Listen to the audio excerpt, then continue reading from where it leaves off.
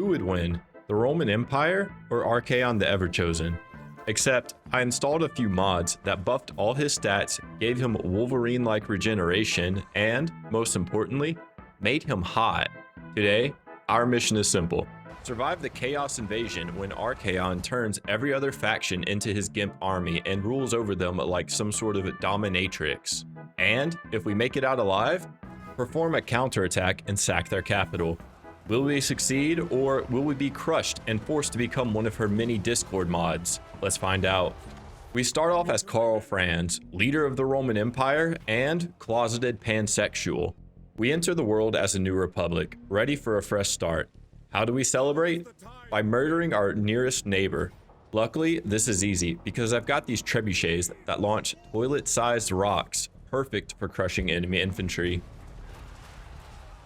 After being thoroughly flattened, our archers picked off the remaining soldiers who still thought charging our front line was a good idea. After a brief clash and Karl Franz decisively sodomizing the enemy general, the rest of the army retreated. We then unleashed giant predatory birds to hunt down our fleeing foes. We achieved victory with only 41 of our soldiers falling compared to the 557 of theirs. Truly a perfectly balanced starting army. We recruit more units into Karl's army and conquer 2 more settlements in our starting province. Then we stumbled upon an elderly wanderer, and naturally I sent him off into the forest alone. His mission? To find his life alert. With me no longer worrying on shopping for a retirement home, I am free to conquer the last settlement in our province. With our first province secure, now would be at the perfect time to do things like make infrastructural improvements, foster good relations, and strengthen the economy. That's why I immediately attacked a fellow Empire faction, Elspeth von Draken. Who's Elspeth von Draken, you ask? Only a deranged sex criminal obsessed with magical artifacts, and someone who lost their capital on turn 7. You're probably thinking, this isn't how you play the Empire. And you're right. But you see, to defeat Archaon, we need to understand her mind by embodying her persona and adopting a completely psychopathic gameplay strategy. Elspeth didn't seem impressed by my revelation as she set siege to us. Unfortunately for her, the auto-resolve gave us a victory with only minor losses to the garrison. With her main stack scattered across the battlefield, we now have free reign to claim the rest of her land, considerably expanding our borders. Unfortunately, some of this territory is already occupied by a faction of short people, so it's time we explain to them exactly where they stand on the social hierarchy. After evicting the vertically challenged from the land that I wanted, I marched my army into their capital and took a shit in the streets. In return, they handed me 4,000 gold. Not bad. While I was busy explaining to the dwarves why I think they shouldn't have rights, I noticed a Chinese trade caravan wandering into my territory.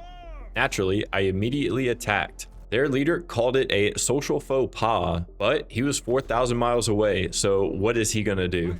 After that political incident, the dwarves decided to make peace, and even helped me take the fort I had been eyeing. To test their loyalty, I of course made the dwarves do all of the work, while I took a short break for self-care reasons. I only intervened after 90% of the dwarf army had perished. Truly, this is how you make allies. After securing my borders and buffing Karl with a few of his legendary items, I noticed that Vlad von Karstein had been expanding his territory rapidly.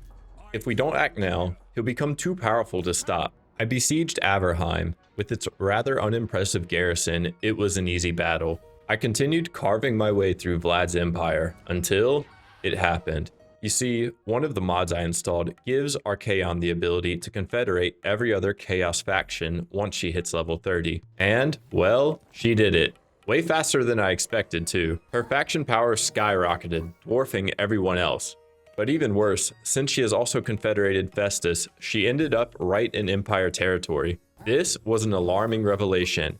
I was hoping to have most of the Empire under my control by now. So this means we're going to have to kill Vlad even harder. I think he sensed this because the next turn he tried to make a peace deal with me. Sorry bud, it's out of my hands at this point. We captured another one of his settlements, putting me in his backyard like some sort of homeless vagrant. Vlad challenges my squatter rights with 4 full armies to my 1. Luckily, his armies mostly consist of rotting corpses, while mine are highly trained Roman infantry. I position my troops up on a hill and wait for the undead to come to us. I end up waiting a few minutes while Vlad, of course, is just waiting for reinforcements. Eventually, though, the undead start sauntering their way towards us. My archers and trebuchets start firing into the hordes as they come into range. The front lines clash, and my legionnaires start grinding the undead into a fine paste. Then I look into the distance and see a conga line of corpses shambling towards the battle. The fight rages on. My troops are slowly being worn down from all the rotting corpses that are piling on top of them. I make a tactical decision to send Carl to beat the shit out of all the elderly leaders. Thankfully, the AI continues to pile its troops into the meat grinder and never decided to simply go around my infantry to stop my archers, who at this point have shot every single one of their arrows into the face of a zombie. Finally, almost half an hour of battle, the army loss penalty kicks in and the undead start to rapidly disintegrate before my eyes. We achieved victory, losing only 700 men compared to 10,000 of theirs. With this victory, we're free to take Sylvania. Surely, Vlad won't conjure another 3 armies the same turn, you son of a bitch. Luckily, we're on the same map, so I just replicate the formation I used earlier and leave my computer running while I take care of some important business. When I return, I find another victory waiting for me, but my army is severely wounded, and I don't think I can take Castle Drakenhof yet. So instead, I capture a mountain stronghold Vlad has claimed earlier. I take great pleasure in not fighting this battle at all, thanks to the auto-resolve feature. After hiding in the mountains for a few turns to let my army regain its strength, I finally attack and claim Castle Drakenhof for myself. With Castle Drakenhof lost, Vlad has been neutered, and I spent a few turns playing whack-a-mole with his pathetic attempts to reclaim his land. But then, while I was still putting bullets into the still twitching corpse that was Vlad von Karstein, I made a terrifying discovery. Archaon is in Empire territory, and she's basically destroyed the entire northern half of the Empire. It was at this pivotal moment that I decided to stop playing as a deranged lunatic who enjoys killing my neighbors and inhaling deeply from cans of spray paint. Instead, I would become something of a political genius, uniting factions together in the hopes of stopping this impending cataclysm. I started sparking economic trade deals with every faction I could, including the Chinese, who up until this point, I would kill every trade caravan that wandered within 200 kilometers of my borders. These trade deals also had the side effect of significantly improving my economy, allowing me to start raising more armies to prepare for the onslaught that was sure to come. But for now, we needed to focus on Vlad, who continues to resist me as I try and stomp him out of existence. Or so I thought, because a few turns later, I spot Festus Leechlord in forced march stance in my starting province. For those of you who don't know, being in forced march stance is basically an open invitation for violent sodomy. Up until this point, we'd actually been at peace with Archaon, but I saw this as a perfect opportunity to perform a first strike, hopefully giving us an advantage in the war. Little did I know how wrong I was. I take a defensive position up on a hill, using the terrain to cover my flanks. The Chaos Army begins marching towards us. They send chariots and cavalry around the sides, only for my superior Praetorian cavalry to surround and quickly dispatch them. Our reinforcements arrive and the battle is looking up, especially since I started using these fellas. They're called the Demigods of Rome, and they absolutely excel at victimizing enemy infantry.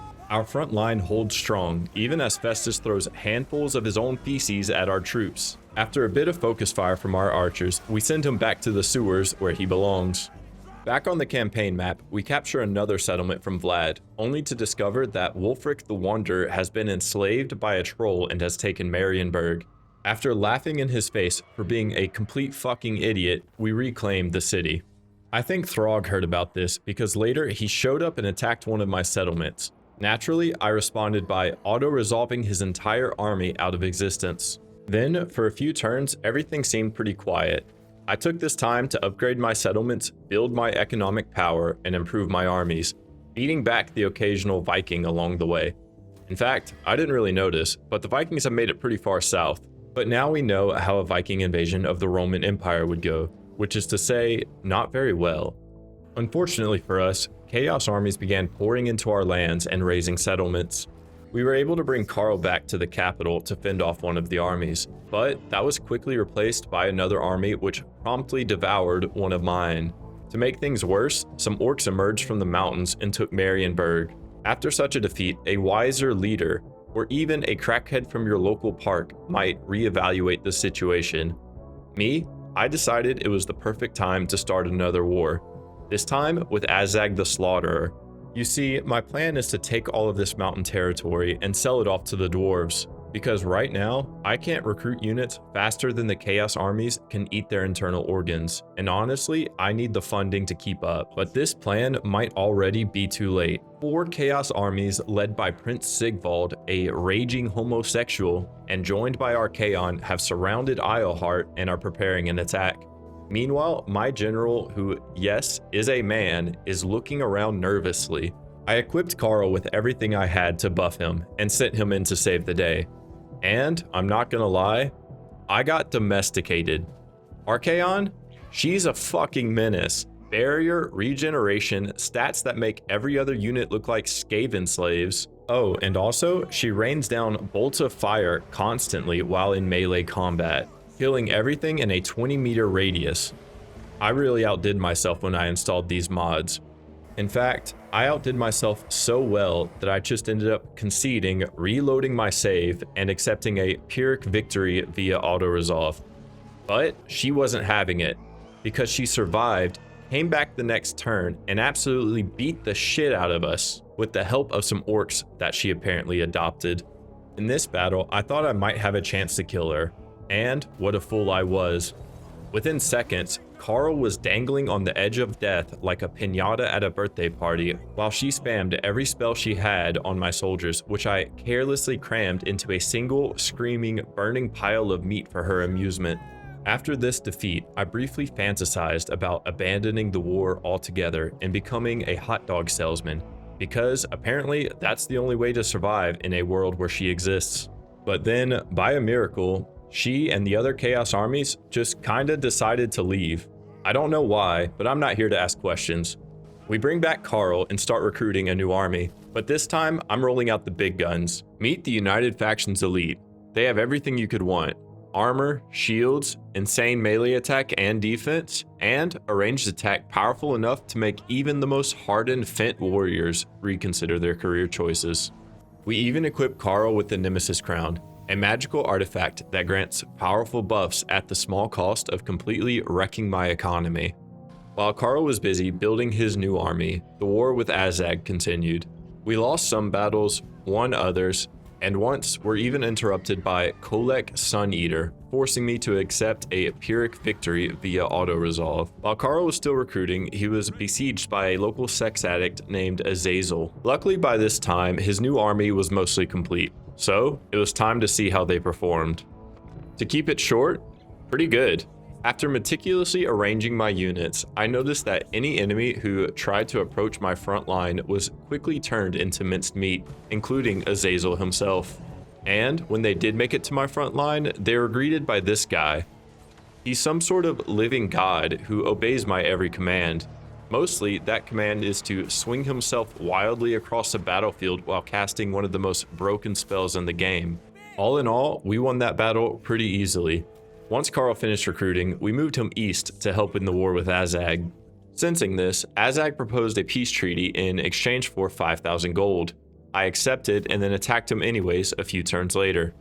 It was around this time that I started to reluctantly help the elves, who up until this point have been getting absolutely shit on by Morathi. My method? Go to Ulthuan, conquer settlements, and sell them back to Tyrion. You see, I didn't really want to help the elves, but there's one thing you should know about them. They are absolutely loaded. This newfound wealth I obtained by selling Tyrion his homeland let me upgrade my settlements, boosting my base income, and finally giving me the ability to field more armies. In fact, we were even able to start pushing north, reclaiming Empire land and defeating Chaos armies left and right. This started something of a snowball effect, which looks something like this. We reclaim an Empire settlement from the Chaos faction. Then we go to Ulthuan and sell the land that we just conquered to Tyrion for blood money. With this blood money, we build roads and sweatshops in our new settlement, providing additional income. That income lets us support more armies which can conquer even more land.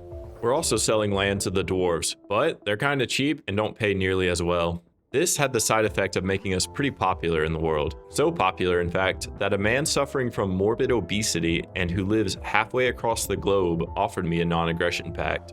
Then, a few turns later, a different obese man offered me an alliance. Fearing the thought of being mukbanged to death, I accepted both. Tyrion also reached out, hoping for an alliance, but I declined, telling him that our relationship was purely business and possibly sexual. At this point, things were going pretty well. I had made solid progress pushing north, but the Brass Keep was giving me trouble. You see, the Brass Keep is a heavily fortified stronghold used by the Warriors of Chaos to pump out armies that would come out and raise my settlements, slowing my progress. And they always kept a full stack inside, preventing me from taking it. Unfortunately, I had sent Carl off to the mountains to finish off Azag, and it was taking longer than expected. So we had to do this without him. Honestly, I didn't need him. Azazel got cocky and was standing outside the gates of the Brass Keep, which let me attack him and the settlement garrison with 2 of my armies. I of course auto-resolved them out of existence, then strolled into the Brass Keep and dealt with a few stragglers myself. The next few turns consisted of me selling more land to the dwarves, accepting a lucrative trade deal for 10,000 gold from a magical toad, and watching Valkia the Bloody suicide charge herself straight into one of my settlements. I also opened a pest control company in what used to be France, but is now some sort of rat breeding ground. Actually, I think this might be an improvement. Our Ulthuan campaign had actually been so successful that the elves started pushing back Marathi on their own. I took this as a personal insult. After all, I was supposed to take those settlements and sell them to Tyrion for shitloads of money. Like a stern father, I told him I was both disappointed and our sexual relationship was officially off the table. With my recent successes, I felt it was finally time to move Carl north towards the Chaos Wastes and complete this challenge. We sacked a few settlements along the way, and as if demonically summoned, Archaon appeared on the scene. But to our surprise, she had left herself in forced march stance, conveniently within range of Carl. I took a quick look at her army and thought, this shouldn't be too hard. Let me just say, thank God she isn't an unbreakable unit. We actually killed most of her army pretty quickly, but her barrier? Not even a scratch. Meanwhile, she ran around like a maniac, raining bolts of fire on everyone, racking up kills faster than that one plane over a particular Japanese city. Thankfully, she started running away once her army began to retreat. I even tried to kill her as she fled, but she was faster than Carl, and my archers, who had been melting every single unit they came across until now, couldn't even scratch her. And since it was a forced march battle, her entire army was wiped out. This is when I'm going to move the goalpost and say we defeated her. With her out of the way, we sailed across the frozen sea to the blood marshes and made our way to the writhing fortress, which was hilariously undefended. We sacked it for 34,000 gold and claimed it the next turn, finally completing the challenge. I opened the diplomacy screen to see that she had fallen from the strongest faction in the game to the 4th, with us sitting comfortably in the 2nd position. It turns out the strongest faction in the game is actually one of the obese men we befriended along the way. In fact, he's actually taken over most of the world at this point, it seems, but that's a problem for another time. And with that, it's the end of the video. Thank you for watching.